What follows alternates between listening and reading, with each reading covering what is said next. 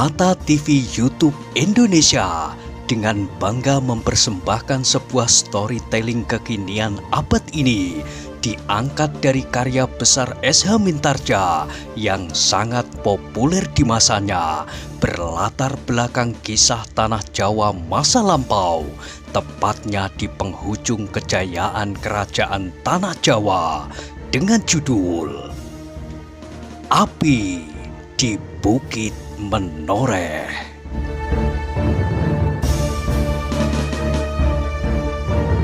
Pada kesempatan yang sangat baik ini, kita masuk pada episode yang ke-123.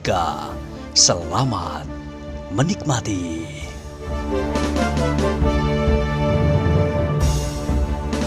Pada episode sebelumnya telah diceritakan, Argojoyo dan Sutowijoyo kini telah berdiri berhadap-hadapan. Tombak-tombak mereka telah mulai bergetar karena getar jantung mereka yang menjadi semakin cepat. Tetapi agaknya mereka masih saling menanti agar lawan-lawannya lah yang mulai menggerakkan senjatanya. Matahari kini telah merayap naik semakin tinggi. Warna-warna merah di langit telah menjadi semakin bening. Lamat-lamat terdengar burung-burung liar menyambut pagi. Sama sekali tidak dihiraukannya ujung-ujung tombak yang telah siap berbicara di pinggir Sungai Opak. Sutowijoyo lah yang kemudian sekali lagi memancing kemarahan lawannya supaya kehilangan pengekangan diri. Ia mengharap bahwa lawannya lah yang akan menyerangnya lebih dahulu. Karena itu maka katanya, "Argojoyo, ternyata kau tidak mendengarkan kata-kataku. Karena itu maka aku tidak akan dapat memberimu ampun lagi, meskipun kau paman Sidanti.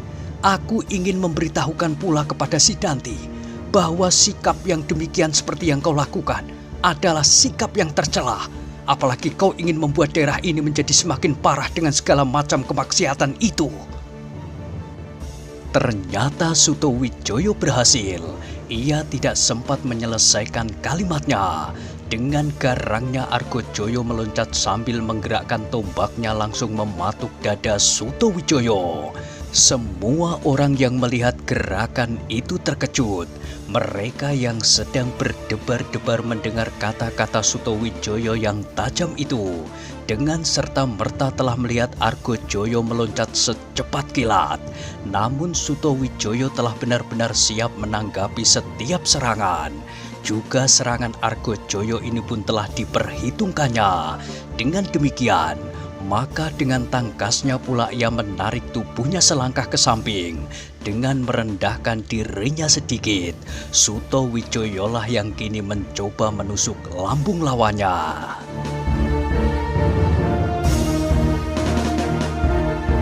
Argojoyo terkejut melihat sambutan itu, menilik tata geraknya. Maka Argojoyo menyadari bahwa lawannya bukanlah sekedar seorang anak muda yang pernah belajar bermain tombak pada seorang prajurit saja, meskipun prajurit itu bernama Sidanti. Karena itu maka sikap Sutowijoyo itu merupakan peringatan baginya untuk bersikap lebih hati-hati dan waspada. Sambil menggeliat, Argojoyo menghindarkan dirinya. Dengan tombaknya ia menangkis serangan Sutowijoyo. Dengan demikian maka kedua tombak itu pun bersentuhan. Namun dari sentuhan itu terasa betapa kekuatan masing-masing seakan-akan telah menjalari tangan-tangan lawannya. Argojoyo terkejut ketika terasa tangannya tergetar. Sentuhan itu bukanlah suatu benturan yang keras, namun sentuhan itu telah cukup menggetarkan tangannya. Karena itu maka kemarahannya pun menjadi semakin memuncak. Agaknya di tempat ini ia akan bertemu dengan seorang lawan yang tangguh di luar dugaannya. Sutowijoyo pun merasakan sentuhan itu. Ia pun merasakan betapa kekuatan tangan Argojoyo mengguncang tangannya. Tetapi tiba-tiba Sutowijoyo tersenyum di dalam hatinya. Ternyata Argojoyo bukanlah orang yang perlu ditakuti. Ia merasa bahwa setidak-tidaknya ia mempunyai kesempatan yang sama dengan lawannya. Demikianlah maka perkelahian itu semakin lama menjadi semakin seru.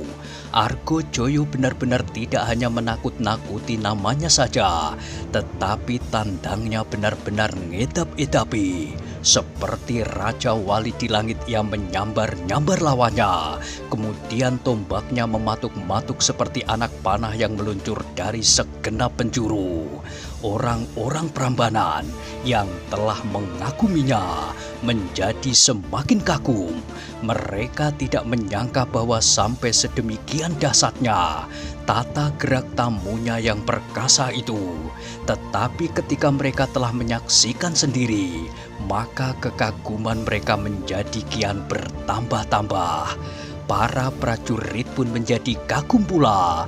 Mereka telah sering melihat peperangan yang dahsyat. Bahkan mereka pun pernah melihat beberapa orang yang luar biasa berkelahi. Namun mereka masih juga menarik nafas dalam-dalam ketika mereka melihat betapa Argojoyo menggerakkan tombaknya.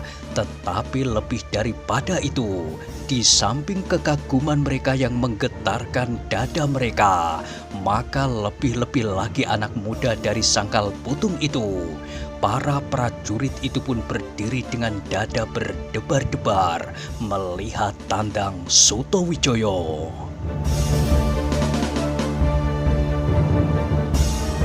Tanpa mereka sangka-sangka, dengan lincahnya anak muda itu dapat mengimbangi tata gerak Argojoyo yang garang, sehingga semakin seru perkelahian itu, maka semakin keraslah degup jantung mereka, dan semakin keraslah dentang pertanyaan di dalam kepalanya. Siapakah sebenarnya anak-anak muda itu? Pemimpin prajurit yang seorang yang datang bersama-sama dengan Sutowijoyo pun menjadi heran bukan buatan, tetapi tanpa disadarinya sendiri, seolah-olah ia berdiri di pihak Sutowijoyo. Karena itu tanpa disadarinya pula, merayaplah perasaan bangga membakar hatinya. Tanpa disadarinya, ia mengharap agar Sutowijoyo mampu mempertahankan dirinya, setidak-tidaknya menyelamatkan diri sendiri. Adalah di luar sadarnya bahwa ia pun kemudian tidak menyenangi sikap tamunya yang merasa dirinya melampaui segala-galanya itu. Argojoyo ternyata bukan orang yang luar biasa. Kini ia dihadapkan pada seorang anak muda, dan anak muda itu ternyata mampu mengimbanginya. Bukan saja prajurit yang seorang itu yang menjadi tegang, prajurit-prajurit yang lain pun menjadi tegang pula. Ki Demang Prambanan dan anak-anak muda Kademangan itu, Haspodo dan Trapsilo, melihat perkelahian itu dengan tanpa berkedip. Dadanya serasa dihinggapi perasaan yang aneh. Sutowijoyo telah benar-benar mempesona mereka.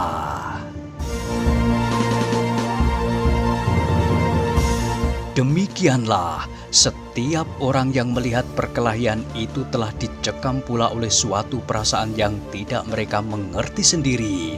Wajah-wajah mereka semakin lama menjadi semakin tegang.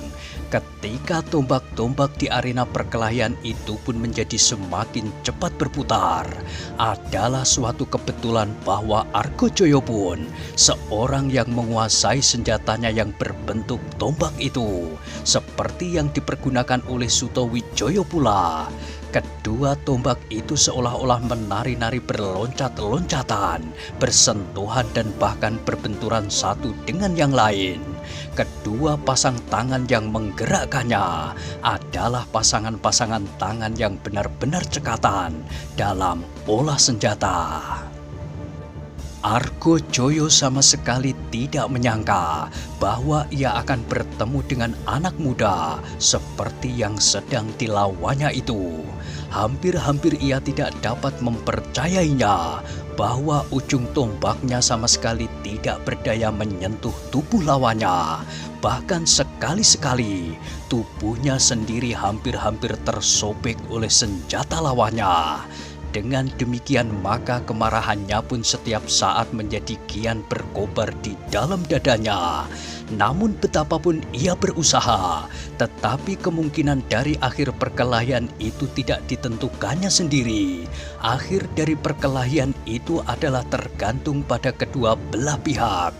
Adalah sudah sewajarnya apabila masing-masing pihak ingin segera memenangkannya dalam keadaan serupa itu. Apalagi Argojoyo, tetapi lawannya bukan sekedar menerima nasib yang ditentukan olehnya, bahkan lawannya pun mempunyai kemungkinan yang sama besarnya daripada dirinya sendiri.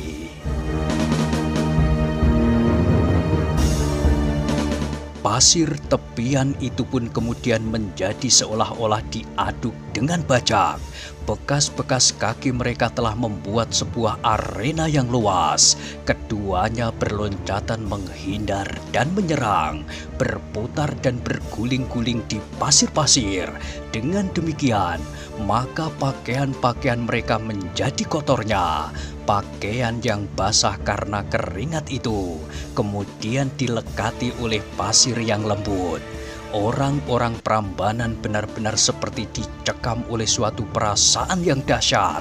Perkelahian itu adalah perkelahian yang belum pernah mereka saksikan. Perkelahian antara dua orang yang perkasa. Jangankan orang-orang Prambanan, bahkan para prajurit-prajurit Pajang pun menjadi kagum melihat tata gerak mereka.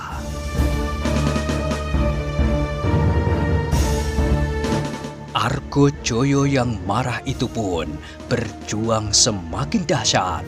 Berbagai perasaan telah mendorongnya untuk memenangkan perkelahian itu. Ia adalah seorang tamu yang dihormati, yang telah menunjukkan beberapa kelebihan yang mengherankan orang-orang Prambanan dan prajurit-prajurit Pajang di Prambanan.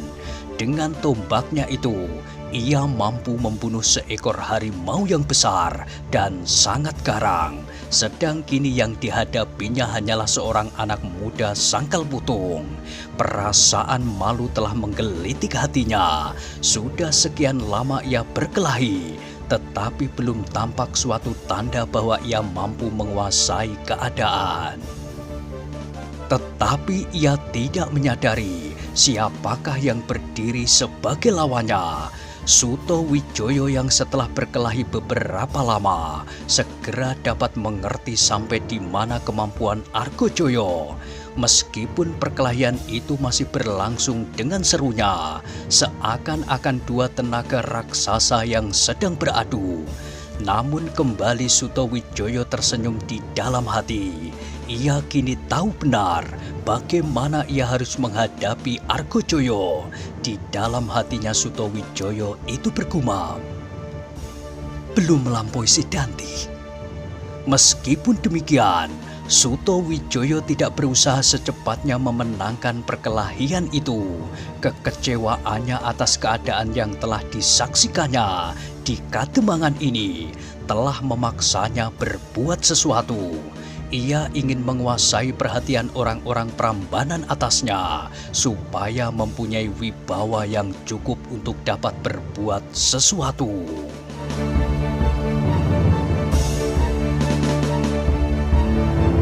Sebagai seorang putra dari Panglima Wiratamtama Pajang, maka keadaan di Prambanan telah benar-benar menyinggung perasaan Sutowijoyo, sikap para prajurit dan sikap anak-anak mudanya.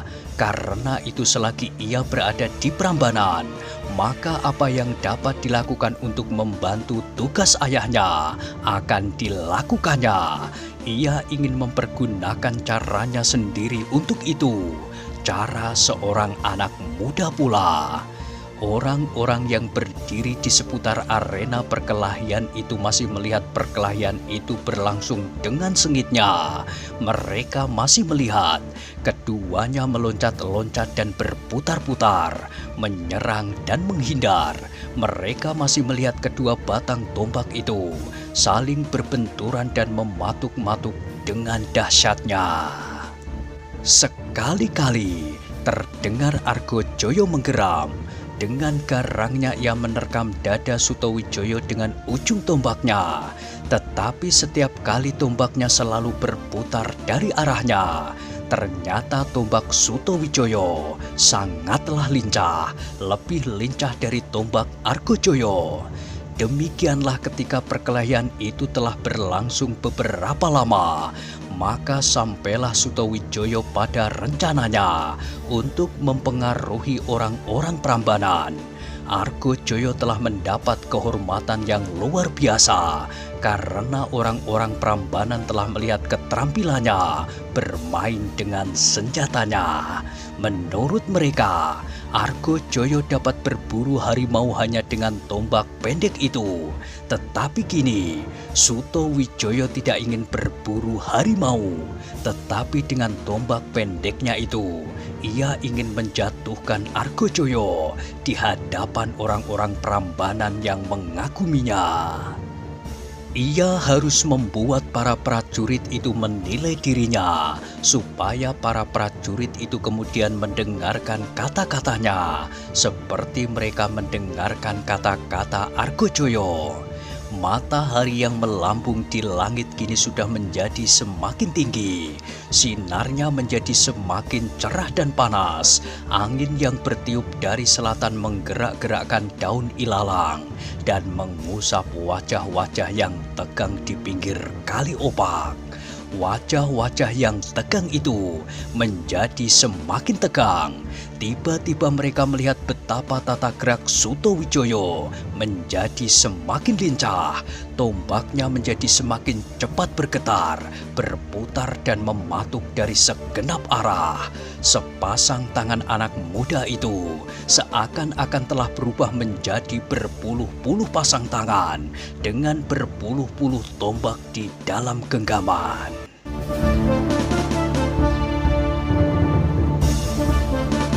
Argojoyo terkejut pula melihat perubahan itu.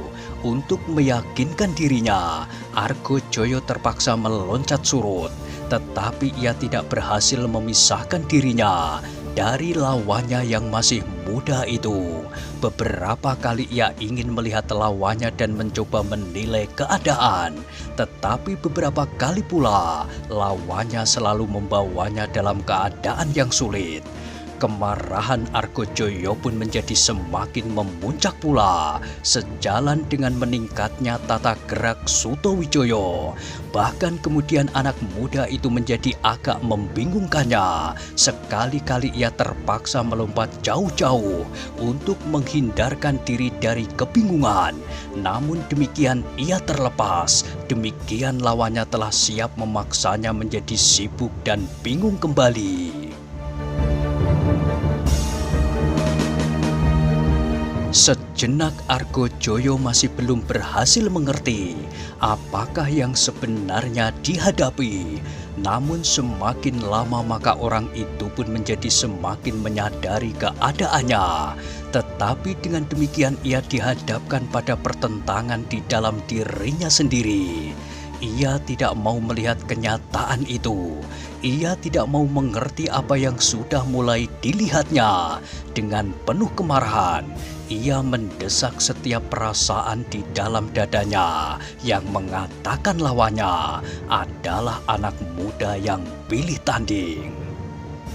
Anak setan itu harus mampus, geramnya di dalam hati. Ia mencoba membutakan dirinya dari kenyataan yang dihadapinya. Meskipun setiap kali ia terdesak mundur dan bahkan beberapa kali ia harus jatuh berguling-guling di atas pasir tepian untuk menghindari kejaran ujung tombak lawannya. Namun ia masih juga sesumbar di dalam hatinya. Kubunuh anak setan ini apabila ia tidak mau mohon maaf kepadaku. Suto Wijoyo kini benar-benar sudah sampai pada puncak permainannya. Ia harus meyakinkan kemenangannya kepada orang-orang Prambanan dan para prajurit Pajang yang melihat pertempuran itu.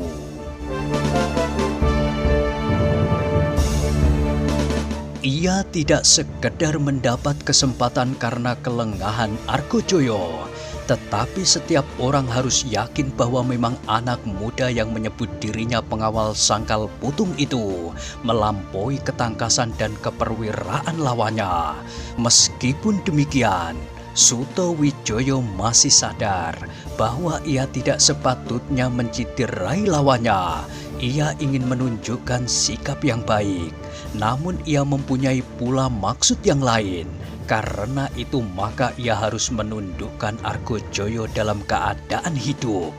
Dalam kemarahannya Argojoyo menjadi semakin garang, tandangnya menjadi semakin keras dan kasar. Tetapi dengan demikian, maka ketenangannya pun menjadi semakin kabur. Bahkan yang tampak kemudian hanyalah nafsunya yang menggelepar di dalam dadanya. Tetapi kemampuannya sama sekali tidak dapat mengimbanginya. Suto Wijoyo yang menjadi semakin yakin dalam menilai lawannya menjadi semakin mantap. Dengan suatu gerakan yang tiba-tiba, ia berhasil mengejutkan Argojoyo sehingga orang itu meloncat surut. Tetapi dengan tangkasnya, anak muda itu memburu. Tombaknya berputar membingungkan. Namun tiba-tiba, tombak itu mematuk lambung.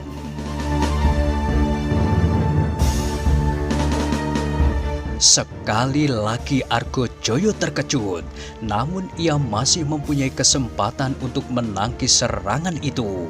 Dengan tombaknya ia berusaha memukul tombak Suto Wijoyo.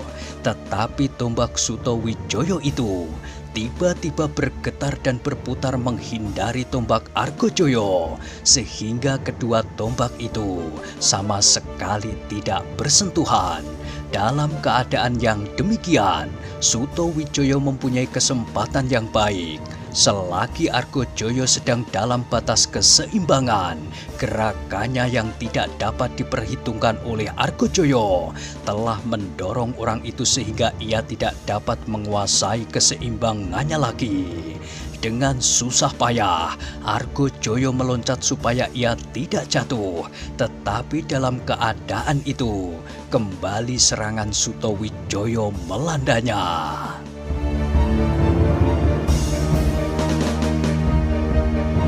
Kali ini serangan itu benar-benar telah membingungkan Argojoyo.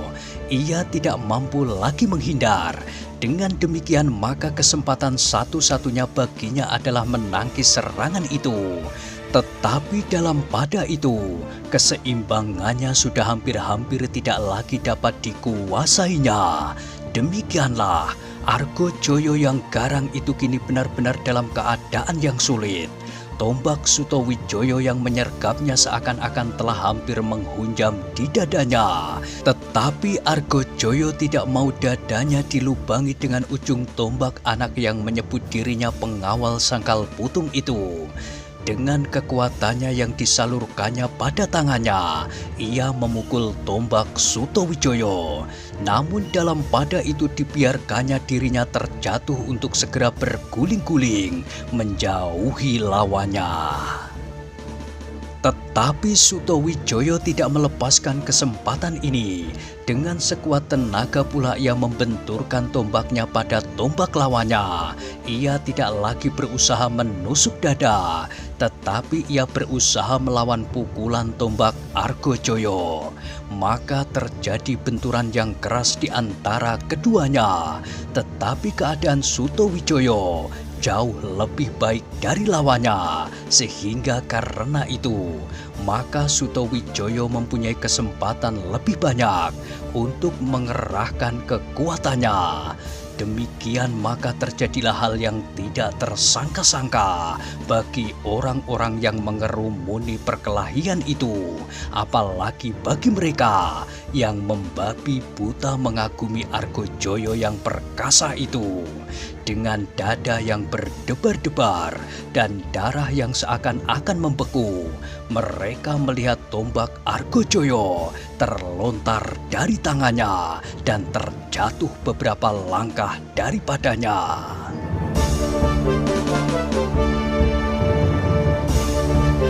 Argojoyo sendiri terkejut bukan buatan, tetapi tangannya yang nyeri itu sama sekali sudah tidak mampu untuk menahan senjatanya. Dengan kemarahan yang memuncak sampai ke ubun-ubun, ia menggeram keras. Beberapa kali ia berguling menjauhi lawannya. Kemudian seperti singgat, ia melenting dengan lincahnya. Namun kembali ia terkejut bukan kepalang. Kembali dadanya berguncang seperti tertimpa reruntuhan Candi Jonggrang yang megah itu. Ketika tiba-tiba, tepat pada saat kakinya berjejak di atas tanah, terasa ujung tombak Sutowijoyo menyentuh bajunya, tepat di lambungnya. Dengan suara perlahan-lahan namun penuh tekanan, terdengar suara anak muda itu. "Sayang, tombakmu telah kau lempar, Tuan." Argojoyo berdiri tegak seperti patung. Ujung tombak Sutowijoyo kini tidak sekedar menyentuhnya, tetapi ujung tombak itu kini tertekan pada lambungnya. Betapapun kemarahan membakar jantungnya, namun Argojoyo terpaksa tidak berbuat sesuatu. Ia berdiri saja dengan mata yang menyala-nyala. Bukan saja Argojoyo yang berdiri tegak seperti patung di tengah-tengah arena perkelahian itu.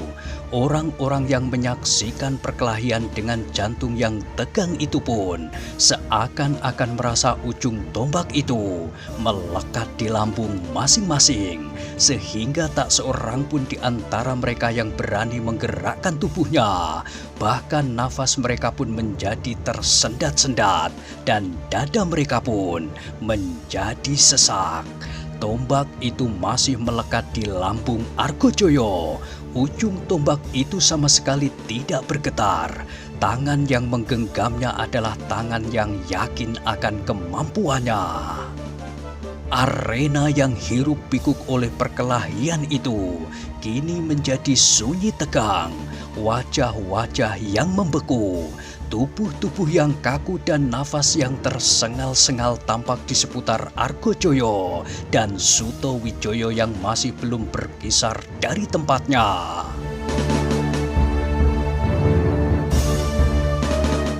Yang terdengar memecah kesepian itu adalah suara Sutowijoyo. "Bagaimana, Tuan? Bunuh aku!" Suara itu bergetar di antara bibir Argojoyo yang dibakar oleh kemarahannya. Wajahnya yang membara kini bagaikan menyala. Sutowijoyo menarik nafas. "Kau benar-benar berhati jantan, tetapi aku bukan pengecut yang membunuh lawan tanpa senjata." "Bunuh! Jangan menghina!" "Tidak, aku hanya akan membunuhmu selagi senjatamu masih di tangan." Argojoyo tidak menjawab. Kemarahannya hampir meledakkan dadanya, tetapi ujung tombak itu masih melekat di lambungnya. Tiba-tiba semua orang berdiri di sekitar keduanya terkejut sekali. Agung Sedayu dan Suandaro pun terkejut ketika mereka mendengar Sutowijoyo berkata, "Kalau kau masih berani, ambil senjatamu. Aku akan membunuhmu apabila kau masih berani melawan aku." Bukan main panas hati Argojoyo. Seakan-akan hati itu kini berpijar-pijar. Terdengar ia menggeram. Namun sekali lagi telinganya mendengar Sutowijoyo berkata, "Ambil tombakmu, supaya aku dapat membunuhmu. Kalau kau tidak berani maka pergilah. Kembali ke ibumu dan sembunyi di belakang selendangnya." Argojoyo tidak dapat lagi menahan hatinya. Tiba-tiba kakinya terayun memukul tombak Sutowijoyo. Namun Sutowijoyo sudah bersiaga. Diangkatnya tombaknya sehingga ujung kaki itu sama sekali tidak menyentuh senjatanya. Sambil tersenyum ia meloncat mundur dan berkata lantang, "Bagus, kau ternyata bukan seorang pengecut. Aku beri kesempatan kau memungut senjata itu. Kita berhadapan dengan senjata masing-masing di tangan." "Kau akan menyesal, anak iblis!" geram Argojoyo. Sutowijoyo masih tersenyum. Ia berdiri tegak sambil menunjuk tombak Argojoyo. Ambillah. Aku tidak akan menusuk punggungmu selagi kau membungkuk memungut tombak itu." "Kau benar-benar akan menyesal. Ingat, aku tidak akan memberi kau kesempatan. Aku benar-benar akan membelah dadamu." Sutowijoyo tertawa. Selangkah ia mundur sambil berkata, Ambillah, jangan ragu-ragu. Ada 2 kesempatan yang aku berikan kepadamu kini. Mengambil senjata itu untuk melawan dan kemudian mati, atau berjongkok minta ampun kepadaku, pengawal Kademangan Sangkal Putung." Kata-kata itu serasa merontokkan jantung Argojoyo. Sekali ia meloncat dengan lincahnya dan tombaknya kini telah digenggamnya kembali.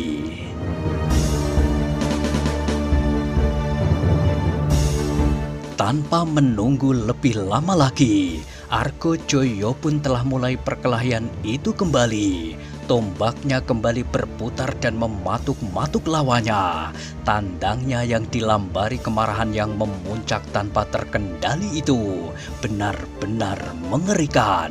Tetapi justru karena itu, maka perhitungannya pun menjadi semakin kabur. Tanggapannya atas lawannya yang masih muda itu menjadi kabur pula. Sutowijoyo melayaninya dengan tenang. Semakin garang lawannya, maka ia pun menjadi semakin tenang.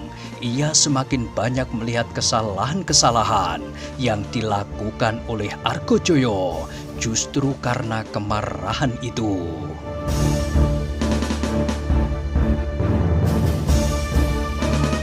Orang-orang yang menyaksikan perkelahian itu benar-benar dicekam oleh ketegangan yang memuncak pula. Beberapa orang menjadi kabur menilai perkelahian itu. Beberapa orang menjadi bingung dan beberapa orang menjadi gelisah, terutama para prajurit Pajang di Prambanan. Kemenangan bagi Sutowijoyo berarti penghinaan pula bagi mereka itu. Apalagi kemudian Argojoyo terbunuh, maka mungkin sekali mereka pun akan mendapat bencana ketika terpandang olehnya pemimpinnya yang datang bersama-sama dengan anak muda yang berkelahi itu. Maka dada mereka berdesir. Apakah kira-kira yang akan dilakukannya? Para prajurit itu merasa bahwa sedikit banyak mereka telah menentang atau mengabaikan pemimpinnya itu. Tetapi yang mereka cemaskan itu pun mendekati kenyataan. Argojoyo kembali terdesak. Orang yang garang itu hampir-hampir tidak mendapat kesempatan untuk berbuat apapun. Sekali lagi orang-orang yang mengerumuni arena itu menahan nafas ketika mereka melihat Argojoyo terdesak jauh ke belakang. Orang itu terpaksa meloncat-loncat dan terus-menerus menghindar mundur. Sedang Sutowijoyo pun nampaknya menjadi garang dan berbahaya.